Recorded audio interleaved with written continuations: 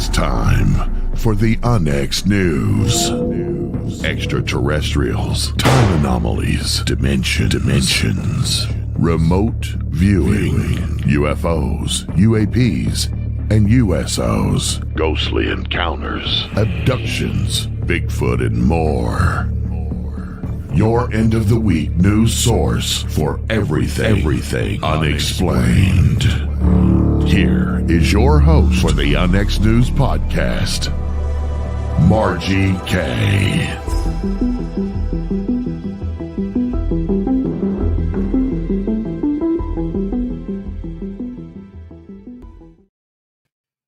Hello, everyone, and welcome to Onyx News. I'm your host, Margie Kay. And oh my goodness, we have got an almost full moon tonight, so that is going to be a very appropriate for our guest this evening. We have got an excellent show for you. You can tell by the name of the show that it's going to be very interesting. So join us if you're listening. Join us over on YouTube, and you can make comments and join us in the chat there if you would like to. Do want to mention a couple of items. One of the most recent books that Onyx Media published is Incident in Varhina. This is about space creatures in the south of Minas.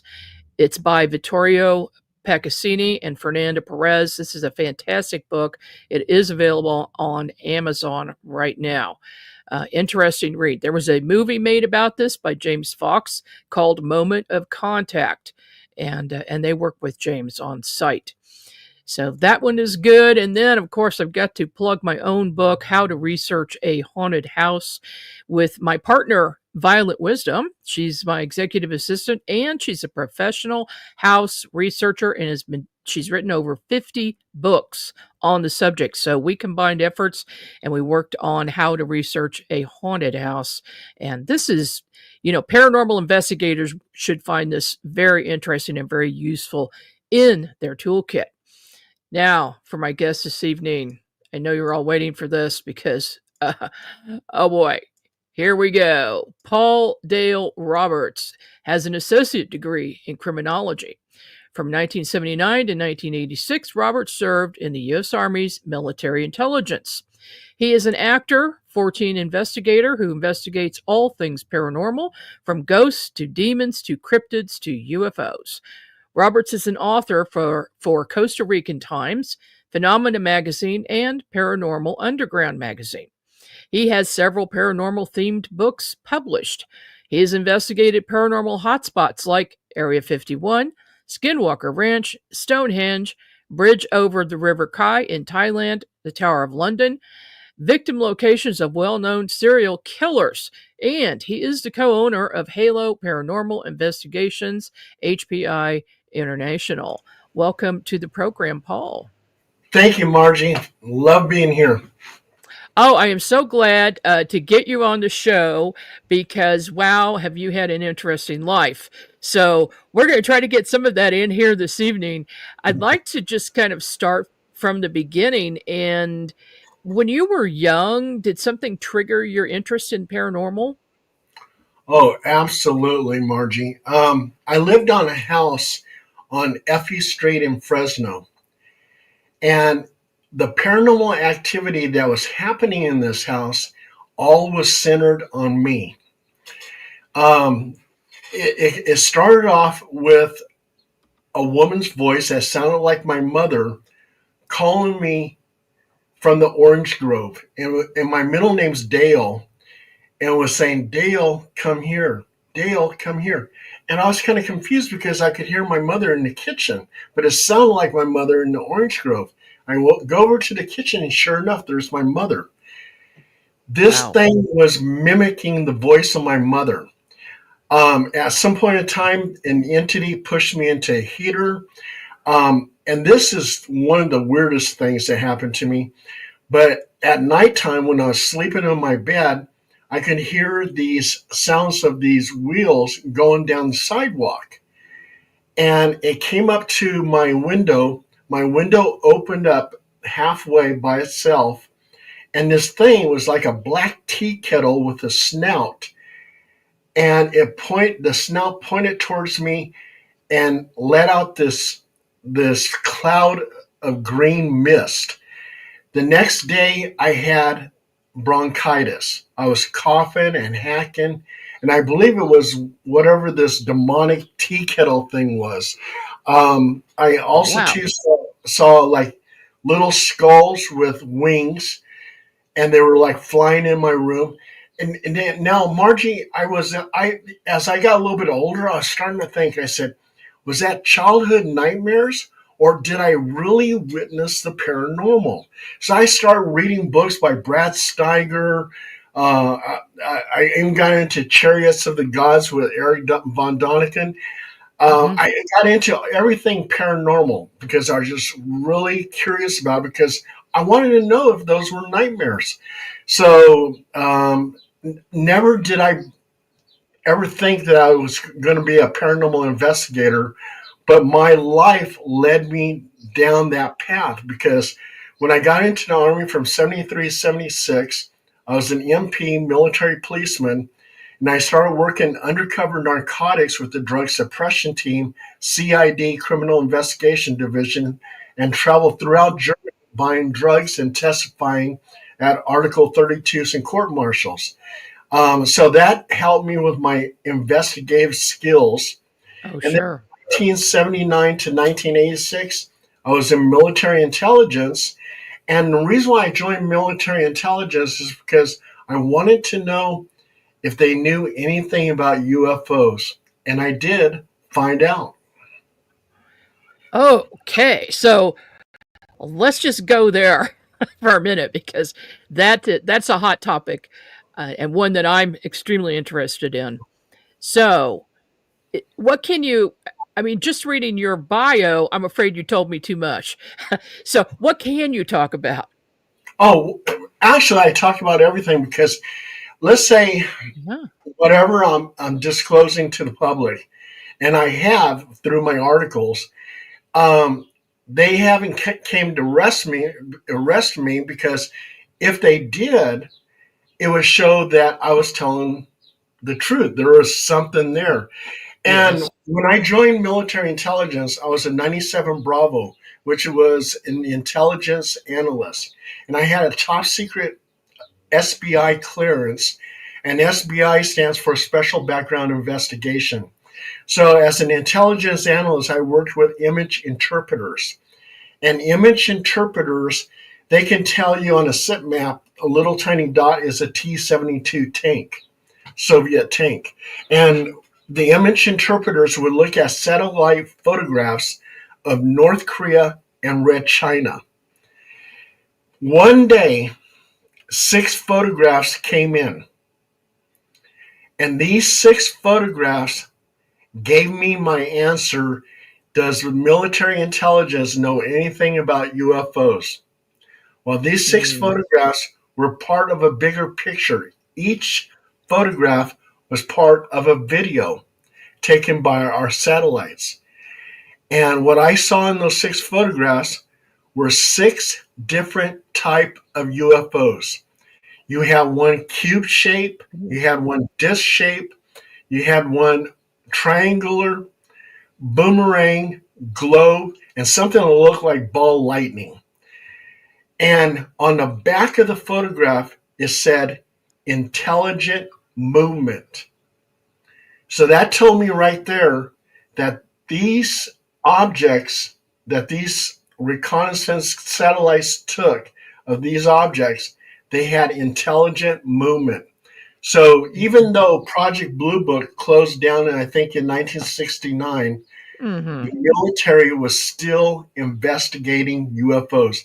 And the only thing I had to do with the photographs was give it a number, and passed it on to the DIA, the Defense Intelligence Agency, and then from there it went to the CIA, and then into a black hole and disappeared. And Yep. I've got to ask, do you have copies? if I could go back in time, Mm. oh my God, I would have made copies of it. But I was scared to death, because if I did something like that, I would probably wind up in prison. Yeah. So, yeah. But I That mean, yeah. Well, you wouldn't be talking to me right now, so it's probably a no, good idea they didn't do that. But you know what you saw. yes, yes. No. absolutely. And also, too, later on, about 3 weeks down the road there, another photograph came in, but it wasn't of a UFO. It was of an American, and he was being marched down into the jungle with two look like VC Viet Cong soldiers, and that was 1981. So that told me right there, 1981, they still think there's POWs in Vietnam, and on the back of the photograph, it had POW question mark. Yikes. I Yeah. remember that, growing up and into the 80s and even the 90s, that they were talking about POWs that were still there. And I'm not sure if I know a few got out, but I don't know the whole story. Hopefully, they did get them all. But it just makes you wonder how people, how evil people can be to do something like that after a war is over and still keep them as prisoners. Um, yeah, I bet you didn't want to see that one. No, no. And also too, military intelligence. I was really very close friends with this one major, and this one major told me in confidence that the military had a thing called angel stops. And angel stops was a treaty that the military had with extraterrestrials. They told extraterrestrials that they could take so many humans, abduct them, and do their experiments with them, Hmm. and in turn, we would get a little bit of their technology. But somehow the extraterrestrials, they overexceeded in the abductions. They went further than they're supposed to. The military cut ties with them. There was rumors of a little skirmish, whatever. But this major said that Angel Stops, the military had a deal with extraterrestrials to abduct humans and to gain technology from the extraterrestrials. Do you think that you have been abducted? No, no. I have witnessed UFOs in Fort Jackson, South Carolina in 1976. Well, no, I'm sorry. I'll take that back. 1974. And we saw, during that time, UFOs were seen a lot on the East Coast at military bases. In Hmm. 1974, I was in Fort Jackson, South Carolina. I was out in the town of Columbia with two other GIs, soldiers. And we looked up in the sky and we saw in V formation these glowing blue discs flying along the sky. And one of the soldiers says, "Geese?" I go, "Geese? What are you talking about? That's not geese. They're glowing blue." And we were watching these UFOs. Then all of a sudden, they just took off erratically in different areas of the night Mm. sky. And I said, maybe we should make a report of this. And the other two soldiers said, no, they'll think we're crazy. But that happened in 1974. And then in 1976, when I got out the first time from the military, I was living with a woman named Helen Lang. And Helen, um, on one particular night, she comes running into the apartment. She's hysterically scared about something. And I said, "What's going on?" And she goes, "There was a UFO. It was 200 feet above my head." And I was Mm. thinking, she making this up? But then she's crying and she's in hysterics. I said, "Okay, if you're Right. telling the truth, I'll take you to the Sacramento Sheriff's Office." So I drove her to the Sacramento Sheriff's Office. We get there, and they said, "Okay, if you're going to do a UFO report, here's an 800 number you can call right there." It happened to be J. Allen Hynek, who had the Oh, Center of UFO Studies. So, uh-huh. so she did this brief report, and then about 2 weeks later, J. Allen Hynek calls me and says, "Let me talk to Helen." And I said, I broke up with Helen. I don't know where she's at anymore. And he goes, oh, well, he goes, do you know what the UFO, did you see the UFO? I go, no. He goes, do you know what the UFO looked like? I said, yeah, she drew me a picture. So I sent him the picture and everything. And he says, what were you doing at the time when she saw the UFO? I said, I was watching TV. I can even tell you, I was watching the comic with Dick Van Dyke. And he says, did anything happen? I go, yeah, the TV went into static mode. And he goes, well, that's usually what happens when UFOs are close by. They'll stall an engine out from a car, radio, TV go into static. And that's things I didn't know at that time. And it was like, wow, okay, so she must have really saw. Oh, and then also, too, the Sacramento Bee wrote up her story and said that Helen Lang and two other people in two different locations in Sacramento saw the same UFO. So her story was validated. I mean, there's other witnesses and everything else, so yeah. Did she have missing time by any chance? No. But, well, yeah, it looked like it was trying to abduct her. If it was only 200 feet up above her head, that's pretty close. Yeah. That's suspicious. Yeah. Of course, they can't take you for however long they want and then bring you back at the exact same time, and you just turn around and think nothing's happened. Yeah. Yeah, interesting. Okay, so now let's get over into the ghostly side. You have a case you're working on right now, and I know you've done a lot of cases, but you're working on one now that sounds particularly interesting. I was wondering if you could just kind of give us an overview of this case. Margie, that case came last night. I have what is called the paranormal hotline. So I heard my phone ringing, and I said, okay, probably, one of those scam artists, whatever. And then it rang again. I bet you anything that was a paranormal call. I checked my phone, and sure enough, it's a paranormal phone call. And the gentleman, Marcus Littles, he lives in Elk Grove, California, where I live at. And he says that an entity actually went through his wall, and it had red eyes, and it was all dark, and it was looking at him. And the entity didn't do anything. It just went back into the wall and disappeared. On another night, he was really tired from work. He goes to bed, and he's sleeping on top of the covers, and he's wearing all his clothes. He's just tired and exhausted, and says, okay, I'm going to take a little power nap here and get up. Well, when he woke up, it was late in the morning, and he was completely nude. He had no clothes on, and he was in a fetal position. And he didn't know how his clothes came off. So that was very confusing for him. His wife was pregnant. The doctor says she's pregnant. When she went back again, she wasn't pregnant anymore. It was a false pregnancy. Yeah. And they had no idea how that happened, huh?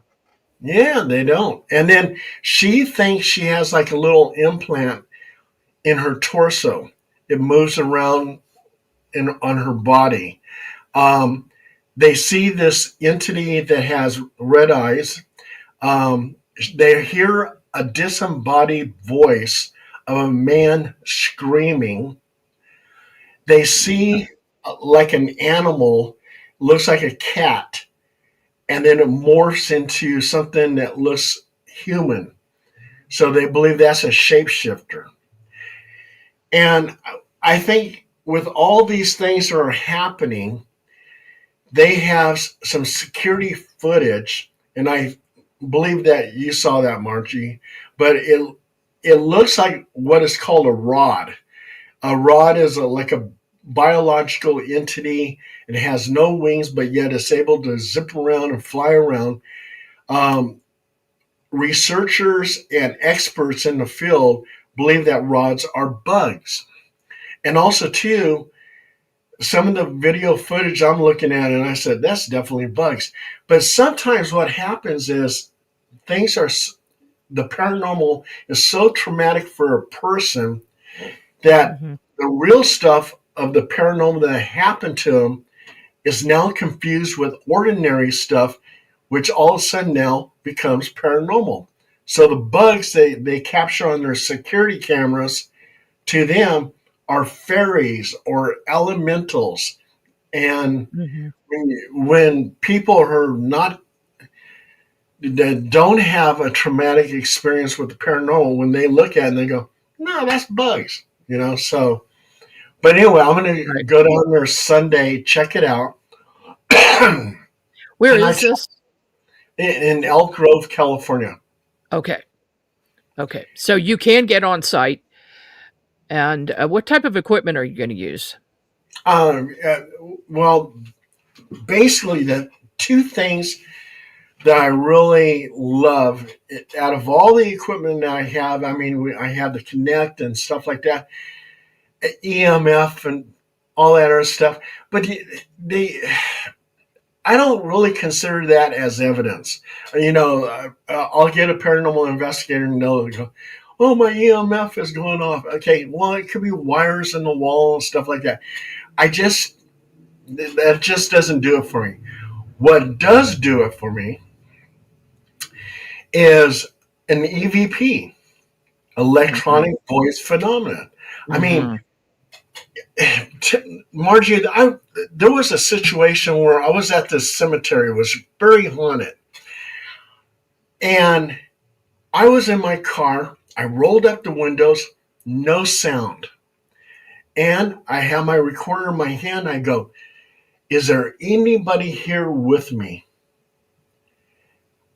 I pause, give it time to talk, and I play it back. And I call this a quick and dirty EVP.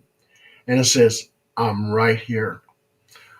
I know, yeah, I Yeah. know for a fact that is evidence, even though I can't really prove it because, here I am in this car with the windows up. I have no witnesses, but I know in my mind for a fact that was real. Mm-hmm. And that's what I call true evidence. Now, with photographs, if I get a full body apparition or something like that, cool. But I'll tell you a case that I had in Del Paso Heights. And I was taking some pictures of their backyard because they said the ghostly activity happens in the backyard. Mm. And I get these two pictures of these orbs, and I call them designer orbs because they had those intricate type designs inside of them. And Cool. I enhanced the photographs, made them larger. And when I'm looking at these two designer orbs, I go, boy, that looks like dog faces. And so I call one of my investigators over and I say, hey, take a look at this. I said, what do you see in those orbs? They go, I see dogs. I said, so do I. I said, let me go to the occupant. So I went to the occupant and I said, what is it you got in your backyard? And she goes, oh, I got orange trees and stuff. And I said, yeah, besides that, what else do you have back there? And she goes, well, my two dogs are buried back there. I go, really? Hmm. Mm. I said, take a look at these pictures. And then all of a sudden she starts crying. I go, why are you crying? She goes, those are my two dogs. And something like that, Margie, I can deem as paranormal because she's telling me those are her dogs. I'm looking at it. It looks like dogs. My investigator looks at it and says, yeah, those are dogs. Absolutely. That's amazing. And it's so fascinating to me when that happens. I've seen and I've captured a lot of orbs. In fact, I caught one, a couple.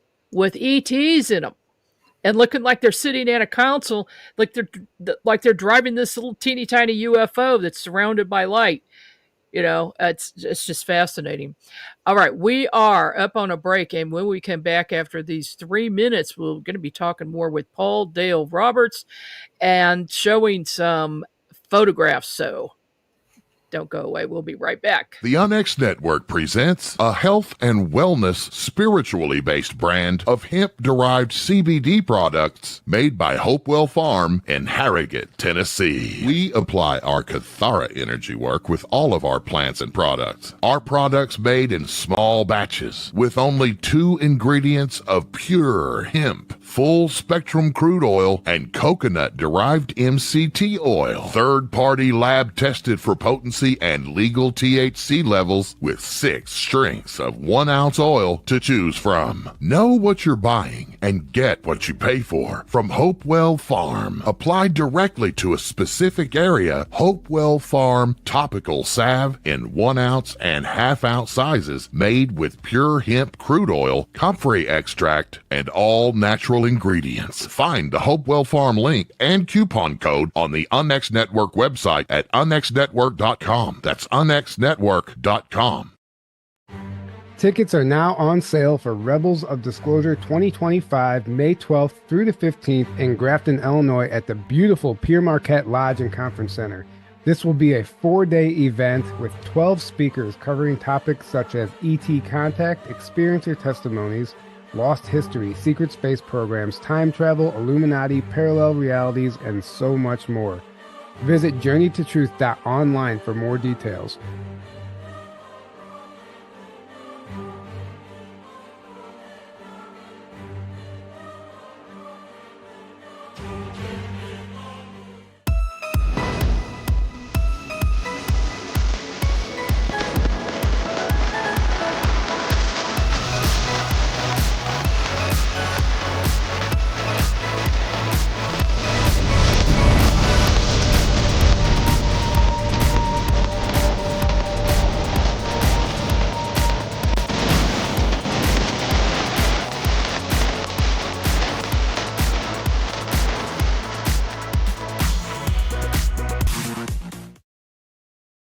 Welcome back. You're listening to Onyx News. I'm your host, Margie Kay. And if you are listening to on digital radio, you might want to hop on over to YouTube so you can see some of these pictures that we're going to show here in just a minute. Paul, you sent me quite a few photos here. I'm going to just pop these up, and if you would give an explanation for them. Got some cool stuff here. Okay, what have we got here? That one is at a government office. They allowed us to go ahead and investigate in their office and keep it confidential. But they believed there was a ghost in their office. And one of my investigators takes a picture down the hallway, and this figure shows up. And we believe that's the ghost. And we did get one EVP. And what do you remember what the EVP said? The EVP is, "Hello, what are you doing here?" Oh, okay. Guess they were there. This is a good one. Yes, that was at a private residence.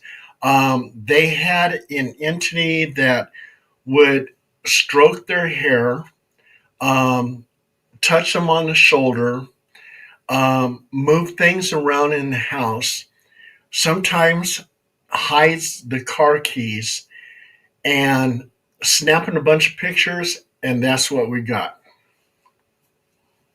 Yeah, definitely something. Something. This one is wild. I know. This one, I don't know about. It was sent to me, and they wanted me to give my opinion on it. It's a pic. You can see there's a little girl there, and the family, but I think it's one of those double exposures.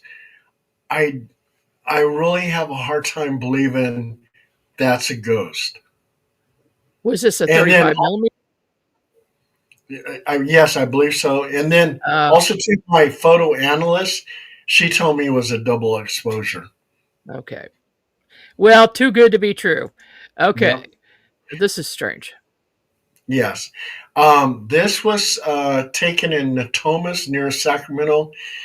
They believe they had a demon in their backyard, and this was in their patio. And I guess the indoor cam captured this. It was like a demon looking over the wall or something like that. Um, we did get some EVPs in that house. I would say that the house is truly haunted. They it also too has a lot of residual haunting at this house because um, there was domestic violence at this house, and Oh. this demon could be somewhat responsible for it. And one of the things about Margie, let me tell you a story real quick. Um, this is a story that I heard about in 1974 in Chicago, Illinois. This family moved into this house, and around about 2 o'clock, 3 o'clock in the morning, they would see this man manifest and walk over to the couch, and there would be a ghostly woman there. And then he would be seen slapping her. Ooh. Yeah. And then they would just dissipate and vanish and disappear. They saw this a couple times and they said, okay, our house is haunted.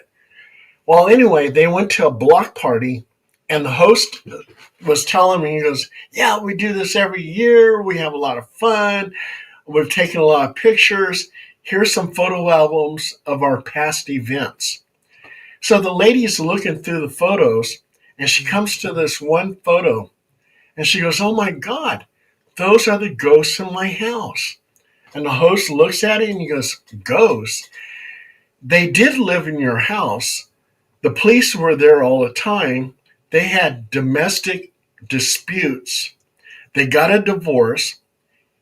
He's now living 5 blocks down the road, and she is living out of state, but they're both alive. So how can Uh, they be ghosts? And I call um, this living ghosts. So okay. yeah, so in that situation, I believe that they had a lot of living ghosts in their house. And we were getting like misty stuff and everything else in our photos. And I believe there's so much negative energy there, Yep. and probably a demon there too, but there's so much negative energy there that it's creating ghosts. Yeah, yeah. And but these are Yeah. people still alive. Yeah, I call that a time imprint, yeah. where it's like the walls take a movie and then Hmm. they play the movie over and over again. And yeah, with all that residual energy, oh my gosh, Yeah. negative stuff. I wouldn't want to be living in that house. And Uh, even with positive energy, we investigated a place called Evangeline's, which is a costume shop. And on the mhm. third floor, around about late at night, some of the employees who are getting ready for the next day, they hear disco music. They hear shuffling of feet. They hear people laughing. And back in the 70s, on the third floor was D.O. Mills, which was a disco nightclub. And that positive energy keeps on replaying itself over and over and over again. Uh-huh. Yeah. Yeah. So Yeah, it's amazing. it Energy is. energy's forever. Right. Yeah, you can't make it go away, only change form. Yeah, yeah, Okay. yeah. What about this one? Oh yeah, this one.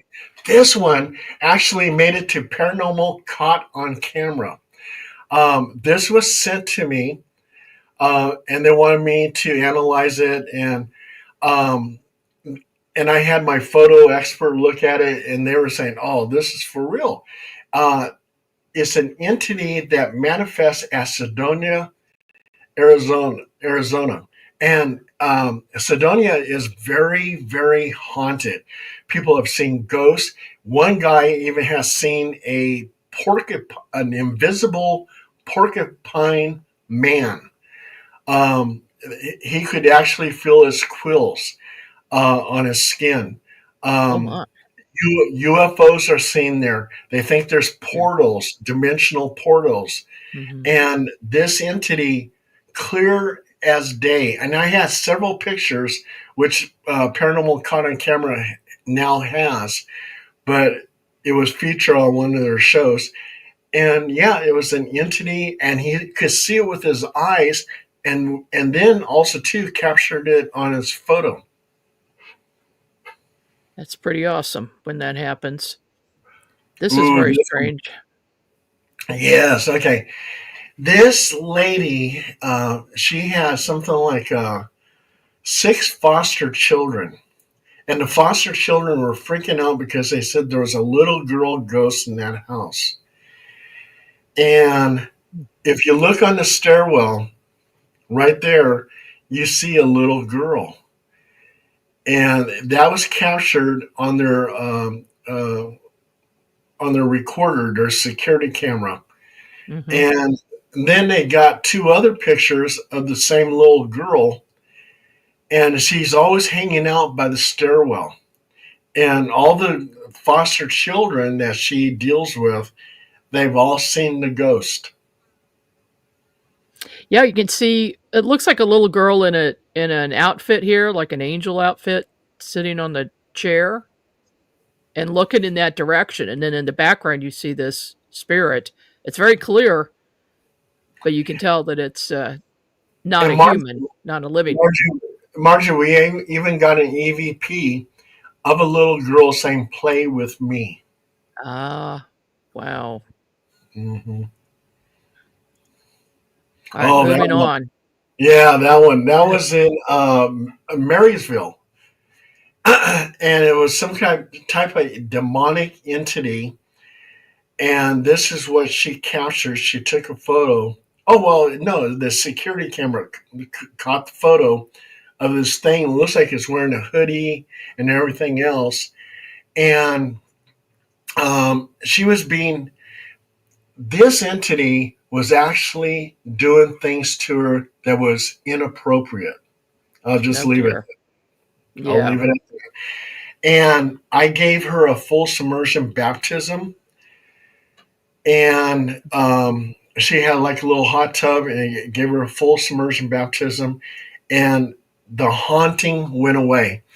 And a full submersion baptism is a basic form of exorcism. And when I first started it, I didn't know if it was going to work or not. But then I had people calling me and they said, "Paul, my demonic attachment, it's gone. Your baptism worked." I go, "What?" And so then I just started doing it. And I do Roman Catholic house blessings. And people ask me, and they go, "Well, are you ordained?" No, not at all. But I was born and raised a Catholic. I used to hang out with these 2 priests. They were quite the character. They would smoke their cigarettes and tell me all kinds of stories. And one day I saw a book and I said, "Blessing a Home." I said, "Can I read that book?" They go, "What are you going to do with it, Paul?" I said, "I don't know. I just like to read it." And like I said, I didn't know I was going to become a paranormal investigator. So I started Uh-huh. reading it and everything else. So I started doing Roman Catholic house blessings. And come to find out, I would say I'm about 85% successful. And the other ones where I'm not successful is because they're going back playing with the Ouija board or whatever, and the demon Oh, they doesn't go. keep Yeah, opening that portal. yeah. Yeah. Wow. Um, yeah, I've found that too in doing some investigations where there's some negative energies, entities, and I find that the people themselves keep making this happen. They stay in a bad mood. They fight each other. So there's this energy that keeps going. They keep talking about the entity and everything that's happening in their house. And I always advise them, don't talk about it when you're in the house. You don't want to give it any more energy.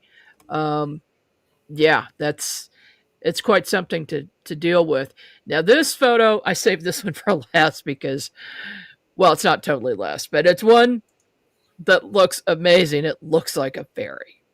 Yeah, and that's what they were saying. They were saying we're being haunted by fairies, and this is their security camera captured that, and then they had two other pictures that look like fairies. So we actually did a case um, at this one restaurant down in Monterey, and we were walking along towards the beach, and they captured on camera these little red fairies. They look like fairies, and people Hmm. say that there was fairies in that area.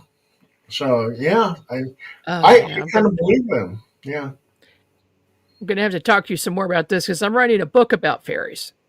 I'm Oh, fascinated by them. And oh, okay. ever since I was a little kid, I saw some when I was a little kid, and then again when I was a little bit older. So, yeah, this is totally fascinating. But it's interesting. Now, is this the current case you're working on? No, no, It's a no. different one. Okay. Different It's one. interesting that they use the term being haunted by fairies. I've never heard somebody say that before. We even had a case where the people were haunted by an angel, Oh, okay. and then Not we had, visited, not visited, haunted. and then we also too had a couple cases where the people were saying they were haunted by a tulpa. Okay. I have not heard that before. What is that? A tulpa, okay, like the author of The Shadow, and you probably are familiar with The Shadow, um, uh, the character. Oh, Have yeah. you ever heard of The Shadow? Okay, yeah. Yes. I can't think of his name right now, the author, but um, his friends and family would come over to his house, and they would see this man wearing black clothes, had a big old fedora hat, had a long nose, and a red scarf. And they would see him walk around the house, and then he would just sort of like disappear. And they told the person that lives there, the author, he goes, "Oh my God, that's my character, the shadow. You're seeing my character." He thought of the shadow so much when he was writing the story that the Uh, shadow actually manifested from his mind. mm-hmm. Yeah. And that is a Yeah. tulpa. That's a tulpa. Okay. Got it. I just had not heard that term, but I know the phenomena. And got to show this one, of course. Oh yeah, we've done a lot of things with Ghost Adventures. We've actually appeared on Tragedy in Oakdale, which is the Ghost Adventure Screaming Room, Crisis in Oakdale, and then we've been location managers or location scouts for a lot of their shows. Ghost Adventures House Calls, Auburn in Hell, The National Hotel, Chinese Town of Lock, Hotel Leger, Horror in Biggs, Emergency in Elk Grove, Norblad Hostel, Commander's House, Nightmare in Antelope, and like I said, we appeared on Crisis in Oakdale. So we've done a lot of location scouts for Zach. Wow. And who is this with him? And that's just our psychic medium. Okay. How many Yeah. people are in your group? At one, we had an online group where people would get involved online, and that came up to about 500. And then in real life, where we're actually investigating, we had up to like 50 people. Hmm. And then I had to break it down to something that's workable. So then I had like 12 people. That's still a lot. That's still a lot to manage on an investigation, but you've got a whole team that can do every aspect of the investigation and probably get things done more quickly. I Oh, and assume you've got a psychic and a tech person and a camera person and yeah, yeah. yeah, And awesome. also too, um, uh, I we were I was also to a location scout for Expedition X, Oh. and that's when I went to Belize, and there was a ghostly woman called the Stone Lady, and she hangs out at the pyramid, and they think she was a victim who was sacrificed. Ooh. And so people see her. So I was a location scout for Expedition X. I got credited for that. And then I just recently worked with Ancient Aliens from the History Channel and gave them a bunch of information about Mount Shasta and my investigation of Mount Shasta. Okay, yeah, we're going to have to talk about that sometime soon. That's a place I have visited in my astral body, but not in my physical body. So I definitely want to do that. You've got several books. I'm just going to bring up a couple here for you to talk about real quick, if you would. Oh, yeah. This book right here, it has a lot of all my books are my paranormal investigations or things that I've researched. That's what you'll find in there. But this book, particular book, there's a story about Emily the ghost. And Emily the ghost, she would actually drain the energy from the occupants. So when we did our investigation there, one of my investigators goes, "Gosh, I got to sit down. I'm fatigued. I'm tired." And he sat down. And I go, "Gee, I wonder if Emily's doing that to you, draining your energy." I said, "Emily, if you're listening to me," I said, "kiss him on the lips." And three of us are snapping a photo, and there's an orb on his mouth. Oh, my. And I said, "Oh my God, that's like in the military, intelligent movement." And I said, "Emily, if you're listening to me again," I said, "sit on his lap." And now the orb is hovering over his lap. Something like that I was able to deem as paranormal. Oh, yeah. Intelligence, paranormal. Now I go to investigation. I'll put my hand on the wall. I say, "Appear by my hand." And sometimes if the place is haunted, I'll get an orb on my hand. Mm-hmm. And so the name of this book is HPI, The Truth is Out There. And then we have this one, Haunted Route 66. Obviously, we can tell what that's about. And this is where your comic book history comes in. Oh, It's yeah. interesting. I used to be part of the comic book industry. I used to interview comic book creators. I used to review their comic books.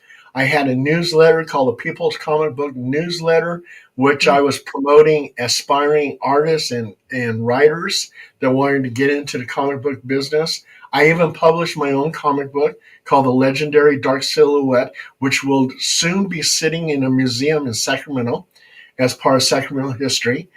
And I interviewed people like William Shatner. A lot of people don't know, but William Shatner had a comic book called the Tech Series. And I interviewed him so he could promote his comic book. That's pretty awesome. I didn't know anything about that until tonight. And Haunted Latvia and Other Stories. Oh, yeah. A lot of international stories. The world is totally haunted. I mean, there's ghost stories all over the place. I mean, like when I was stationed in Germany, going down the Rhine River and looking at all the castles, every castle had a ghost story to it. So, Sure. yeah, and you're going to find a lot of international ghost stories in that book. Okay, and then lastly, Sacramento Paranormal Investigations, HPI, TARDIS, Time Travel, and the Paranormal. Oh, yeah, I'm all about time travel. A lot of time travel stories in there, and I love time travel too. Yeah. Yeah, we could do a whole show on time travel. Oh, absolutely. Okay, so you've got this coming up where you're going to do this investigation that sounds like they have everything happening at that house. And I assume, well, let's put it this way. I suspect, and I didn't try to remote view it, but I accidentally did. So I'm feeling like there's a portal. on that site, and then things can come in and out. And I have a location, but I'm not gonna tell you unless you want me to. So I would be very interested to follow up and hear what you find at Oh, this okay. site. Um, Yeah, go ahead and yeah, disclose and what you found. I like to hear it. okay. I see some type of a deck or an outdoor area where there is a large opening that's in a door shape, and I think that is the portal.